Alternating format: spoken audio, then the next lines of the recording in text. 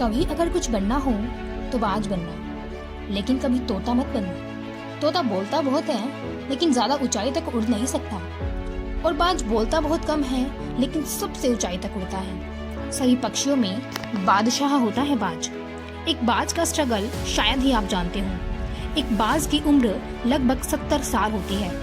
जब वह 40 की उम्र का होता है तब परेशानियां उसकी जिंदगी में मौत बनकर आती हैं, जो हमारी परेशानियों की तुलना में काफी बड़ी होती हैं। 40 साल की उम्र में चोंच मुड़ने के कारण शिकार निगलने में परेशानी होती है। पंख भारी हो जाते हैं जिससे उड़ना मुश्किल हो जाता है। उसके पंजे लंबे और लचीले हो जाते हैं जिससे वह शिकार नहीं पकड़ पाता। अब बाज के पास 3 रास्ते होते हैं। पहला, वह अपना शरीर त्याग दे। दूसरा, गिद्ध की तरह छोड़े हुए भोजन पर निर्भर हो जाए। तीसरा, सबसे कठिन और पीड़ादायक, अपने आप को दोबारा पुनः स्थापित करने का, आसमान का सीना चीर कर उड़ने का। और बाज इसी तीसरे रास्ते को चुनता है। पास की सबसे ऊंची चोटी पर जाकर वह अपना घोंसला बनाता है और शुरू होता है परेशानियों को जड़ से उखाड़कर आसमान में उड़ने का सफर। अपनी चोंच को एक चट्टान पर मार मार कर तोड़ देता है, लहूलुहान हो जाता है और इंतजार करता है एक नई चोंच के आने का।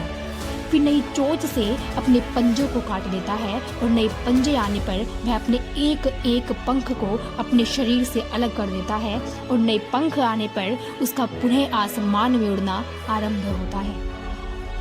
जो 3 रास्ते बाज के पास थे वही 3 रास्ते हमारे पास होते हैं, लेकिन कुछ लोग पहले रास्ते को चुनते हैं और परेशानियों के तले दबकर सुसाइड कर लेते हैं। मैक्सिमम पर्सन दूसरे रास्ते को चुनते हैं। परेशानियों का बोझ पड़ते ही अपने लक्ष्य को छोड़कर नॉर्मल लाइफ जीने लगते हैं। और कुछ पर्सन इन प्रॉब्लम्स को हिट करके अपनी मेहनत के दम पर बाज की तरह आसमान की बुलंदियों को छूते हैं। बाज से सीखने के ऐसे बहुत से पॉइंट हैं। पहला, लेसन ईगल फ्लाई अलोन। बाज हमेशा अकेला उड़ता है, या फिर बाज के साथ। वह कभी भी छोटे पक्षियों के साथ नहीं उड़ता। इससे हमें यही सीख मिलती है कि छोटी सोच वाले लोगों से हमेशा दूर रहें या अकेले रहें।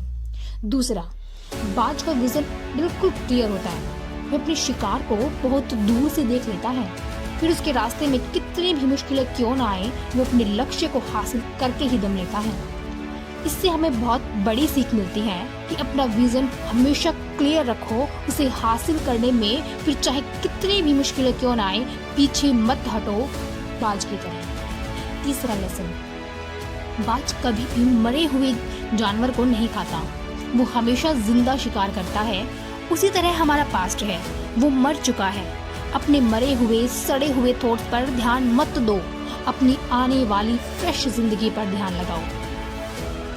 आज का इंसान शायद ही इतना स्ट्रगल कर पाए, इसे आदत हो चुकी है कंफर्ट जोन में रहने की, जबकि एक बाज शुरुआत से ही अपने बच्चे को इस कंफर्ट जोन से दूर रखता है, क्योंकि वह जानता है अगर उसे कंफर्ट में रहने की आदत हो गई तो वह कभी आसमान की ऊंचाइयों को नहीं छू सकता।